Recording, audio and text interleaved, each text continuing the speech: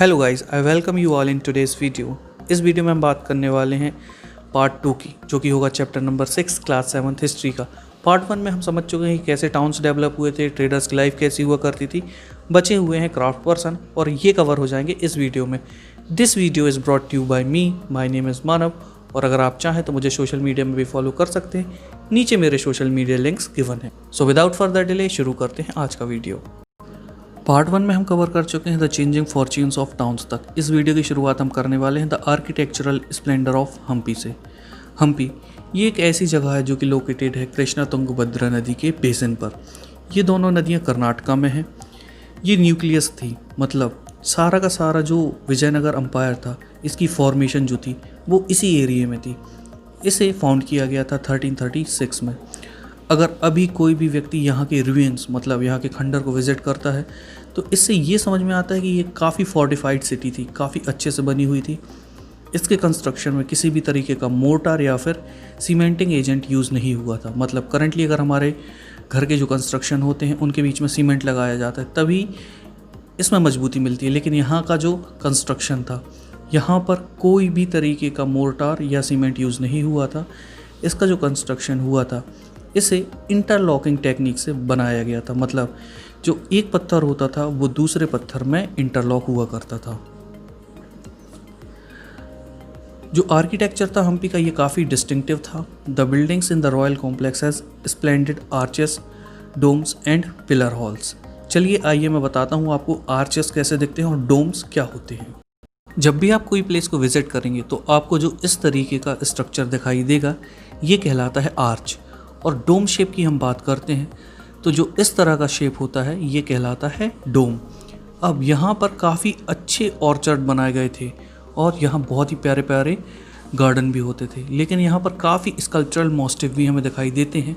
अब ये कुछ इस तरह से दिखाई देते थे, sculpture motif such as lotus and कॉर्बेल्स।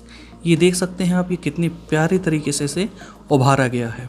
तो ये उस वक्त का आर्ट है और ये आर्किटेक्चर यूज़ किया जाता था उस वक्त फोर्ट में, विजयनगर अम्पायर।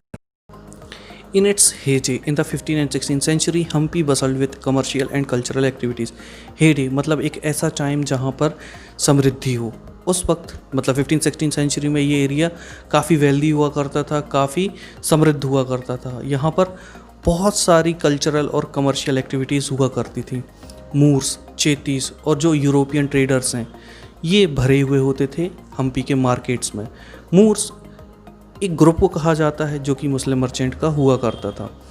जो टेम्पल्स होते थे ये हब होते थे कल्चरल एक्टिविटीज़ के। और यहाँ पर जो देवदासी हैं मतलब ऐसी लेडीज़ जो कि टेम्पल में डांस करती हैं, ये अपने डांस को परफॉर्म किया करती थी डाइटीज़ मतलब भगवान के सामने, रॉयल्टी मतलब राजा राजाओं के सामने। और कई बार जब कोई भी फंक्शन होता था तो जो भी पब्लिक वहाँ पर आया करती थी उनके सामने ये सब परफॉर्मेंस हुआ करती थी विरूपाक्षा टेम्पल में। महानवमी के फेस्टिवल में, जिसे साउथ में नवरात्रि कहा जाता है, हालांकि अब हमारे यहाँ भी इसे नवरात्रि कहा जाने लगा है, लेकिन ये काफ़ी इम्पॉर्टेंट फेस्टिवल हुआ करता था हम्पी में। Archaeologist found the Mahanavami platform where the king received guest and accepted tribute from the subordinate chiefs. Mahanavami platform पाया गया यहीं पर, और यहीं पर जो गेस्ट आया करते थे किंग के पास या फिर जो उनके सबऑर्डिनेट होते थे मतलब उनके नीचे काम करने वाले चीफ होते थे, इसी महानवमी प्लेटफॉर्म में गिफ्ट रिसीव किया करते थे। यहीं से वो डांस देखा करते थे और म्यूज़िकल परफॉर्मेंस को देखा करते थे। इसी के साथ साथ अगर कोई रेसलिंग बाउट्स होती थी तो ये भी देखी जाया करती थी राजा के द्वारा इसी महानवमी प्लेटफॉर्म में। Hampi fell into ruin following the defeat of Vijayanagar in 1565 by the Deccani sultans. ये फ्लरिश कर रहा हम्पी धीरे धीरे र्यून्स में मतलब Hampi fell into ruin following the defeat of Vijayanagar in 1565 by Deccani sultan. Hampi जो कि एक काफ़ी फ्लरिश जगह थी, ये र्यून्स में कन्वर्ट होने लगी थी, खंडर में बदली जाने लगी थी। कब? जब विजयनगर एम्पायर की हार हो गई थी डेक्कन के सुल्तान्स के द्वारा। ये हुआ था 1565 में, और जो डेक्कन सुल्तान थे ये एक साथ मिलकर इन्होंने हराया था। यहाँ पर गोलकोंडा, बीजापुर, अहमदनगर, बेरार और बिदार के सुल्तान शामिल थे। A gateway to the west Surat. जैसे मुंबई में गेटवे ऑफ इंडिया है या फिर मुंबई को गेटवे ऑफ इंडिया कहा जाता है, उसी तरह से सूरत को कहा जाता है गेटवे टू द वेस्ट। लेकिन सबसे पहले कीवर्ड यहाँ पर एक वर्ड दिया है एम्पोरियम। एम्पोरियम का मतलब होता है एक ऐसी जगह जहाँ अलग अलग प्रोडक्शन सेंटर से आने वाला माल खरीदा या फिर बेचा जाता है। तो सूरत के साथ साथ अहमदाबाद और कैम्बे, जो कि आज प्रेजेंट डे खंबात कहलाता है, ये एक प्लेस है गुजरात में। ये सभी जगह एम्पोरियम बन चुकी थी वेस्टर्न ट्रेड के लिए। Surat was the gateway for trade with West Asia via the Gulf of Hormuz. जो सूरत था ये गेटवे फॉर ट्रेड बन चुका था वेस्ट एशिया के लिए, मतलब जो वेस्ट एशिया से ट्रेड होता था वो सूरत से होता था वाया गल्फ ऑफ हॉर्मुज। चलिए आइए मैं आपको मैप के थ्रू समझा देता हूँ कि आखिर ये गल्फ ऑफ हॉर्मुज है कहाँ और सूरत कहाँ पर है। तो ये आप देख सकते हैं, ये है हमारा सूरत, ये है हमारा इंडिया, ये रहा सूरत। और यहाँ से जब हम वेस्ट की तरफ जाते हैं तो ये आपको वाटर की पतली सी स्ट्रिप जो दो बहुत बड़े देश ईरान और यूएई के बीच में दिखाई देगी, इस एरिया को कहा जाता है स्ट्रेट ऑफ हॉर्मुज या फिर Gulf of Hormuz. Surat has also been called the gate to Mecca because many pilgrim ships set sail from here. Surat को गेट टू मक्का भी कहा जाने लगा। क्यों कहा जाने लगा? क्योंकि जो भी मुस्लिम्स होते थे जिन्हें मक्का जाना होता था या वहाँ से आना होता था, उनके सारे शिप्स इसी गल्फ ऑफ हॉर्मुज से होकर गुजरा करते थे, इसीलिए इसे गेट टू मक्का कहा जाने लगा। अब सिटी एक कॉस्मोपॉलिटन थी। कॉस्मोपॉलिटन मतलब एक ऐसी जगह जहाँ अलग अलग देशों के लोग एक साथ आकर रह रहे हों। तो सूरत कॉस्मोपॉलिटन बन चुका था और यहाँ सारे धर्म और जातियों के लोग एक साथ रहा करते थे। 17वीं सेंचुरी में यहाँ पर वेस्टर्न जो लोग थे, इन्होंने अपनी फैक्ट्री सेटअप कर ली थी और अपने वेयर हाउसेस बना लिए थे। कौन से वेस्टर्न लोग थे ये पोर्तुगीज़ थे, ये डच थे और ये इंग्लिश मतलब ब्रिटिशर्स थे। एक व्यक्ति था ब्रिटिशर हिस्टोरियन, इंग्लिश क्रॉनिकलर ओविंगटन, इसने ये बताया है कि 1689 में अगर आप कभी भी किसी भी समय अगर आप सूरत के पोर्ट में चले जाते हैं तो आपको वहाँ पर हंड्रेड्स ऑफ शिप्स एंकर्ड मिलेंगी। हंड्रेड्स ऑफ नंबर में शिप आपको वहाँ पर खड़ी हुई मिला करेंगी। सूरत फेमस था कॉटन टेक्सटाइल के लिए और यहाँ पर काफ़ी सारी दुकानें थी जो कि रिटेल में और होलसेल में काम किया करती थी। इसी के साथ साथ जो सूरत है ये किस लिए फेमस था? ये इसलिए फेमस था क्योंकि यहाँ का जो टेक्सटाइल है इसमें गोल्ड लेस बॉर्डर होते थे। मतलब यहाँ की जो टेक्सटाइल होते थे उसमें गोल्ड लेस का काम हुआ करता था, जिसे आज भी हम हिंदी में जरी कहकर यूज़ किया करते हैं। ये काफ़ी फेमस हो चुका था वेस्ट एशिया में, अफ्रीका में और यूरोप में। अब जब इतने सारे लोग बाहर से सूरत में आते थे तो उनके रुकने के लिए, उनके आराम के लिए काफ़ी सारे रेस्ट हाउसेस बनवाए गए थे जो कि उनकी नीड्स की काफ़ी केयर किया करते थे। इसी के साथ साथ वहाँ काफ़ी मैग्निफिसेंट बहुत सुंदर बिल्डिंग बनवाई गई और काफ़ी सारे पार्क भी बनवाए गए थे। अब इस वक्त फाइनेंसिंग का सिस्टम कैसे चलता था? एक्चुअली उस वक्त बैंक नहीं होते थे, तो यहाँ पर कुछ ऐसे लोग थे जो बैंकिंग वो फाइनेंस किया करते थे, जैसे कठियाड़वाड़ सेठ। ये उस वक्त एज अ बैंकिंग हाउस काम किया करते थे और जो महाजन्स होते थे ये मनी चेंजर्स होते थे। इसी के साथ साथ जो सूरत है, यहाँ की जो हुंडीज़ हैं इन्हें काफ़ी ऑनर मिलता था। चलिए हुंडी क्या होती है मैं ये आपको समझाता हूँ। हुंडी काइंड ऑफ नोट है जिसमें ये लिखा जाता था कि पर्सन ने कितना डिपॉजिट किया हुआ है। इसे जारी कर देने के बाद इस हुंडी को कहीं भी डिपॉजिट किया जा सकता था और उस मनी को क्लेम किया जा सकता था। लेकिन ये हुंडी केवल इंडिया में नहीं चलती थी, ये बहुत दूर दूर भी चला करती थी। जैसे इजिप्ट में चला करती थी, वहाँ की कैपिटल है कायरो, वहाँ पर। इराक में एक जगह है बसरा, यहाँ पर। और एंटवर्प है बेल्जियम में, यहाँ पर भी ये हुंडी चला करती थी। अब ऐसा टाइम आता है जहाँ से सूरत अपने डिक्लाइनेशन की तरफ बढ़ जाता है, यहाँ से ये डिक्लाइन होने लगता है। बात है 17वीं सेंचुरी की। अब यहाँ काफ़ी ऐसे फैक्टर थे जिसकी वजह से जो सूरत है उसका डिक्लाइन होना शुरू हो गया। सबसे पहला था loss of market and productivity. क्या हुआ था कि अभी तक सारी चीज़ें मुगल्स के कंट्रोल में थी, लेकिन ये वो टाइम था जब इनके हाथ से चीज़ें निकलकर वेस्टर्न्स के हाथ में जाने लगी थी। यहाँ पर जो कंट्रोल था सी का वो आ गया था किसके हाथ में? पोर्तुगीज़ के हाथ में। और फिर सूरत को काफ़ी टफ कंपटीशन मिल रहा था किससे? बॉम्बे से। बॉम्बे ब्रिटिशर्स के लिए एक सेंटर बन गया था और कंपनी ने इसे अपना हेडक्वार्टर बना लिया था 1668 में। ये ईस्ट इंडिया कंपनी के द्वारा बनाए गए काफ़ी सस्ते सामान से कंपटीशन फेस कर रहे थे। हाँ, ये उस वक्त की बात है, लेकिन सूरत आज भी एक काफ़ी वसलिंग कमर्शियल सेंटर है। मतलब एक ऐसा कमर्शियल सेंटर जहाँ काफ़ी चहल पहल भीड़ भाड़ होती है। Fishing in troubled waters, Masulipatnam. अब फिशिंग इन ट्रबल्ड वाटर एक ईडियम है जो यूज़ किया जाता है ऐसी जगह को रिप्रेजेंट करने के लिए जहाँ पर काफ़ी ज़्यादा रिस्क होता है। रिस्क का रीज़न कुछ भी हो सकता है। तो मसूलीपट्टनम एक ऐसी जगह थी जहाँ पर काफ़ी ज़्यादा रिस्क हुआ करता था। ये जो टाउन है मसूलीपट्टनम का या फिर मछलीपट्टनम का, इसे एक फिश पोर्ट टाउन भी कहा जाता था। ये कहाँ पर था? ये था कृष्णा नदी के डेल्टा पर, और ये 17वीं सेंचुरी में काफ़ी इम्पोर्टेंट सेंटर बन चुका था जहाँ पर काफ़ी सारी कमर्शियल और इंटेंस एक्टिविटीज़ हुआ करती थी। इसी वजह से यहाँ पर जो डच और ब्रिटिशर्स हैं, ये दोनों अटेम्प्ट करने लगे थे कंट्रोल गेन करने के लिए। ये दोनों के दोनों यहाँ पर कंट्रोल पाना चाहते थे, और इसी कंट्रोवर्सीज़ की वजह से ये जो मसूलीपट्टनम नाम की जगह है, ये काफ़ी ज़्यादा इम्पोर्टेंस गेन कर चुकी थी। ये काफ़ी इम्पोर्टेंट पोर्ट बन चुका था आंध्रा कोस्ट पे। अब यहाँ पर एक फोर्ट भी बनवाया गया। ये फोर्ट किसने बनवाया था? ये फोर्ट बनवाया था डच पीपल ने। डच, जिसे हम हॉलैंड या नीदरलैंड के नाम से भी जानते हैं। यहाँ के लोग जो होते हैं ये डच कहलाते हैं। अब जो गोलकोंडा के कुतुबशाही रूलर्स थे, इन्होंने क्या किया था? रॉयल मोनोपोलीज दे दी थी। मतलब उन्होंने ये कहा था कि जो टेक्सटाइल हैं और स्पाइसेस के साथ साथ कुछ दूसरा आइटम है, ये आप बेचिए, लेकिन कुछ रेस्ट्रिक्शंस के साथ। इससे क्या हुआ था? इसका इंटेंशन क्या था? इसका इंटेंशन ये था कि जो यहाँ का ट्रेड है ये पूरी तरह से ईस्ट इंडिया कंपनीज के हाथ में ना चला जाए।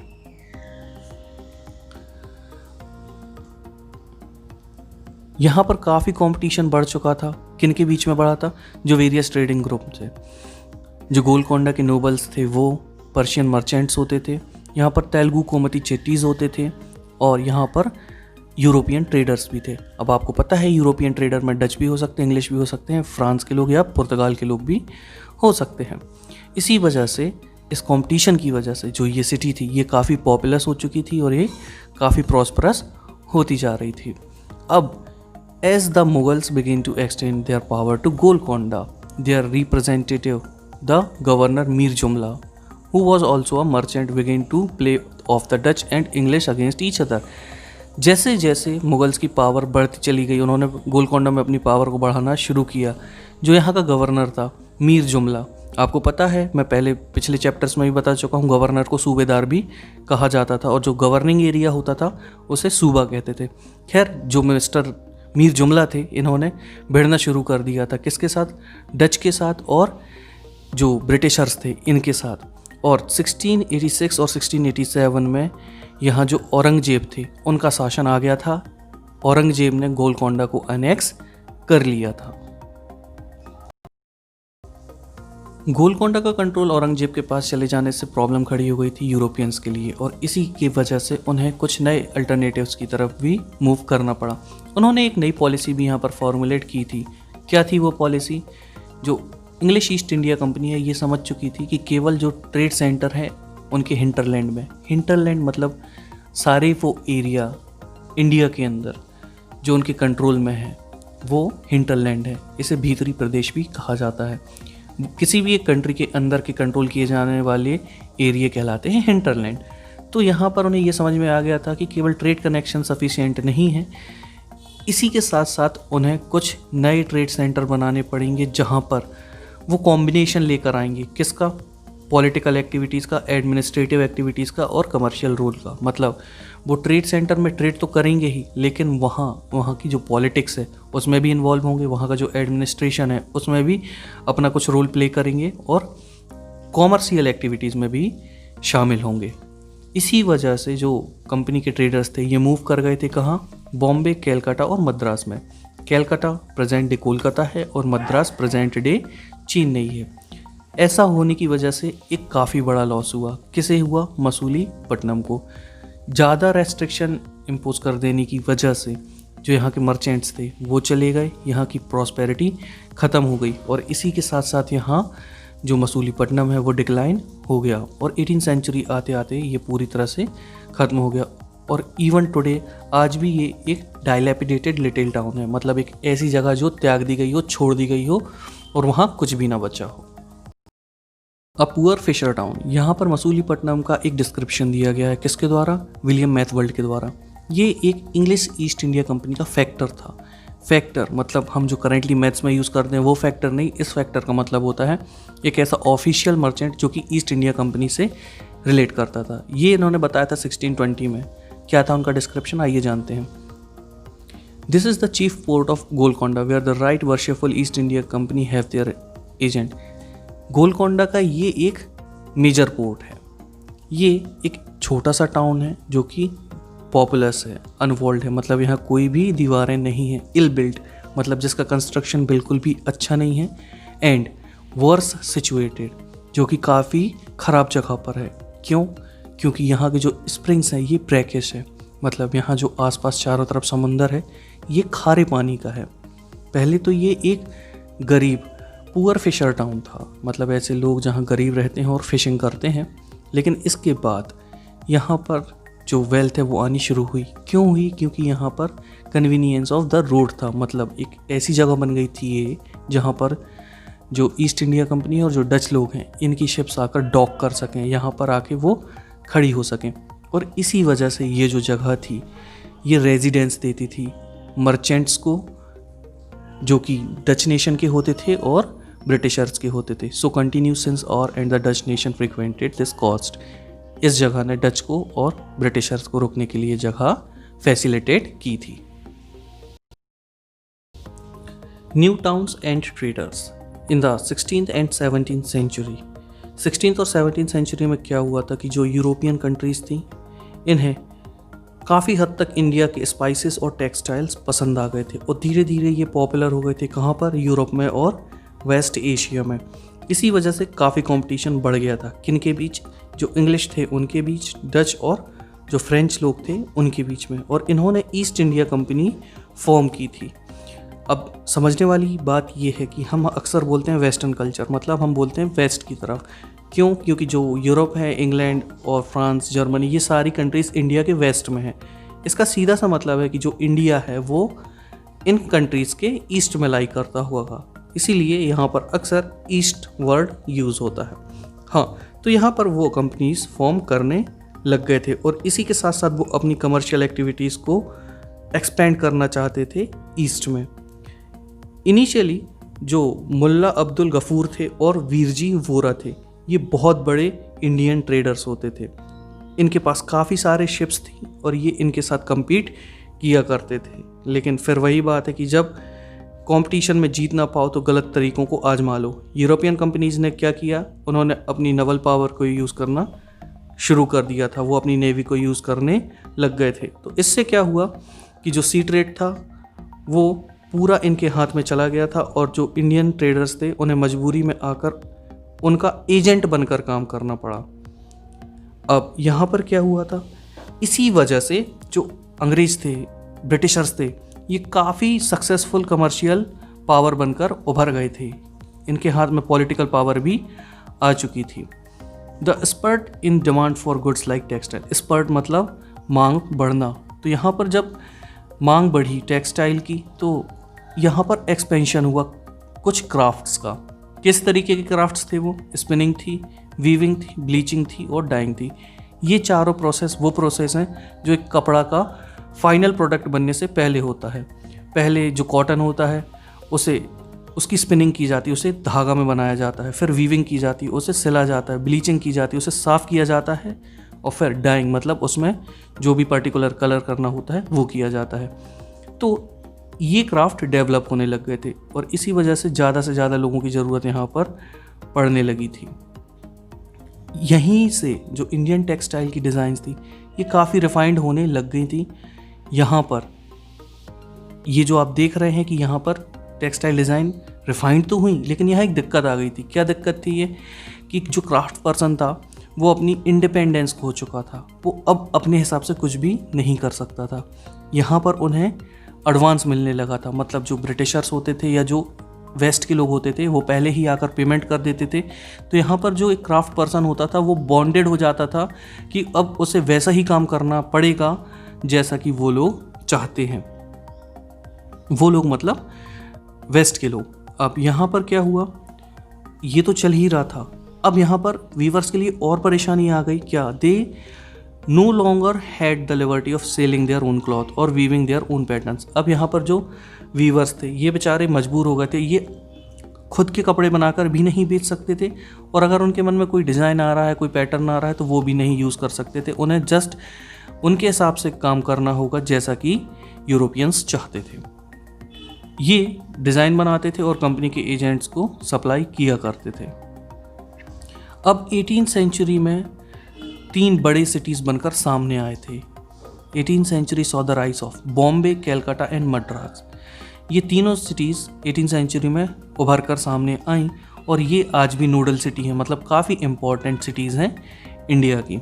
यहाँ पर जो क्राफ्ट और कॉमर्स है, यहाँ पर काफ़ी मेजर चेंजेस आए थे। क्यों? क्योंकि यहाँ जो मर्चेंट होते थे और जो आर्टिसंस होते थे, आर्टिसंस कौन? जैसे कि वीवर, इन्हें ब्लैक टाउन्स में भेज दिया जाता था। अब ब्लैक टाउन्स क्या होते हैं? ब्लैक टाउन्स, यहाँ पर होता है रेसिज्म, डिस्क्रिमिनेशन। जो भारतीय लोग थे उन्हें एक अलग जगह में रख देते थे, उसे ब्लैक टाउन्स कहा जाता था, और ये इसी नई सिटी में हुआ करते थे, मतलब बॉम्बे में, कैलकाटा में और मद्रास में। यहाँ पर ब्लैक रिप्रेजेंट करते थे किसे? नेटिव ट्रेडर, मतलब जो इंडिया के रहने वाले ट्रेडर हैं वो, और जो इंडिया के क्राफ्ट पर्सन हैं वो। और जो वाइट रूलर्स थे ये बहुत ही अच्छी जगह जाकर, शानदार जगह से मस्त अपना लाइफ स्टाइल जिया करते थे। कैसे जिया करते थे? एग्जाम्पल के लिए आप सोच लीजिए नहीं, ये फैक्ट है। मद्रास में सेंट जॉर्ज है, फोर्ट सेंट जॉर्ज, ये यहाँ पर रहा करते थे, और जो कैलकाटा है यहाँ पर है फोर्ट विलियम। तो ये ऐसी आलीशान जगह में रहा करते थे। खैर, अब जो स्टोरी है क्राफ्ट की और कॉमर्स की 18th सेंचुरी में कैसी थी, ये हम अगले साल पढ़ेंगे क्लास 8th में, क्योंकि हमने कवर करना है कहाँ तक? 17th सेंचुरी के लास्ट तक। Vasco da Gama and Christopher Columbus. 15th century की बात है, यहाँ पर अनप्रेसिडेंटेड एक्सप्लोरेशंस देखने मिली थी सी रूट्स की। मतलब सी रूट को खोजने के लिए ऐसी एक्सप्लोरेशंस की जा रही थी जो पहले कभी नहीं की गई थी। अनप्रेसिडेंटेड मतलब ऐसी एक्टिविटीज़ जो पहले कभी ना की गई हो। ये सारे के सारे लोग इंडियन सब कॉन्टिनेंट को ढूंढना चाहते थे, लेकिन ये ढूंढना चाहते थे सी रूट के थ्रू। सी रूट के थ्रू क्यों? क्योंकि जो रोड रूट है ये तो उन्हें ऑलरेडी पता थी, यहाँ से ट्रांसपोर्टेशन भी होता था, लेकिन यहाँ बहुत परेशानियाँ थी। क्यों? रोड नहीं थी और ट्रांसपोर्टेशन फैसिलिटीज़ भी अच्छी नहीं थी, बीच में लूट लिया जाया करता था, तो इस वजह से काफ़ी परेशानियाँ होती थी। लेकिन इंडियन स्पाइसेस और कुछ इंडियन गुड्स यूरोपियंस को काफ़ी अच्छे लग गए थे, तो वो किसी भी तरीके से बस सी रूट को खोजना चाहते थे। तो वास्को डी गामा ये एक पोर्तुगीज सेलर है, इसने इंडिया की खोज शुरू की सी रूट के थ्रू। ये एटलांटिक ओशियन से होते हुए पहुंचा अफ्रीकन कोस्ट में, फिर वहाँ से ये सेल करता हुआ पहुंचा कहाँ? Indian ocean. फिर ये पहुंचा कैलीकट पहुंचा ये 1498 में, और इसकी जर्नी में लग गए थे लगभग 1 साल से ज़्यादा, और वो सेम ईयर लौट गया लिस्बन जो कि पुर्तगाल की कैपिटल है। इस यात्रा में उसे काफ़ी लॉस हुआ था। कैसा लॉस हुआ था? उसके पास 4 शिप्स थे जिसमें केवल 2 बचे थे। उसने अपनी जर्नी शुरू की थी 170 मैन्स के साथ, लेकिन केवल 54 ही सर्वाइव कर पाए थे। तो इतने सारे हैजार्ड्स के बाद, इतने सारे खतरों के बाद ये जो सौदा था ये काफ़ी प्रॉफिटेबल हुआ था वास्को डी गामा के लिए और दूसरे यूरोपियंस के लिए। क्यों? क्योंकि अब इसी रूट को फॉलो करना शुरू कर दिया था इंग्लिश ने, डच ने और फ्रेंच सेलर्स ने। इसी को लेके एक और ट्विस्टिंग कहानी ये है कि जो क्रिस्टोफर कोलंबस था इसका अजम्पशन था कि अर्थ जो है वो गोल है। तो इसका मतलब ये है कि अगर हम वेस्ट से ईस्ट की तरफ जाते हैं तो भी हम वहीं पहुंचेंगे, और अगर हम वेस्ट से वेस्ट की तरफ जाते हैं तो भी हम वहीं पहुंचेंगे। तो इसने अपनी जर्नी इंडिया को खोजने के लिए शुरू की वेस्ट से वेस्ट की तरफ, जबकि दूसरे लोग वेस्ट से ईस्ट की तरफ जा रहे थे। तो ये खोजते खोजते पहुंचा एक वीरान जगह पर जहां केवल कुछ लोकल ट्राइब्स रहते थे। उसने इस जगह को नाम दे दिया वेस्ट इंडिया, जिसे बाद में वेस्ट इंडीज़ कहा जाने लगा। तो ये जो जगह है वेस्ट इंडीज़, ये इंटेंशनली इसका नाम नहीं पड़ा था, इसका नाम पड़ा था कन्फ्यूज़न में। क्रिस्टोफर कोलंबस यहाँ पहुँचा था 1492 में। अब इसी को फॉलो करते हुए पहुँचे कुछ सेलर और कॉन्करर्स। ये कहाँ से थे? ये थे स्पेन से और पुर्तगाल से, और यहीं पर उन्होंने काफ़ी बड़ा एरिया ऑक्यूपाई कर लिया था। कहाँ का? सेंट्रल और साउथ अमेरिका का। यही वजह है कि आज भी जो बहुत सी साउथ अमेरिकन कंट्रीज़ हैं, यहाँ की जो लैंग्वेज है वो या तो स्पेनिश है या तो पुर्तगीज़ है। इन्होंने काफ़ी सारा एरिया यहाँ पर कब्जा लिया था और जो वहाँ के लोकल सेटलमेंट थे उन्हें पूरी तरह से डिस्ट्रॉय कर दिया था। आई होप आपको ये वीडियो पसंद आया होगा। अगर आपको ये वीडियो पसंद आए तो प्लीज़ वीडियो को लाइक कीजिए, चैनल को सब्सक्राइब कीजिए। स्टिल अगर आपके कोई डाउट्स हैं तो नीचे कमेंट बॉक्स में कमेंट करिएगा, मैं आकर आपके रिप्लाई ज़रूर दूंगा। इस तरह की वीडियो हम आपके लिए अक्सर लेकर आते रहते हैं, तो आगे भी ऐसे वीडियो प्राप्त करने के लिए बेल आइकन में ज़रूर क्लिक करिएगा। Thank you. I am Manav, signing off.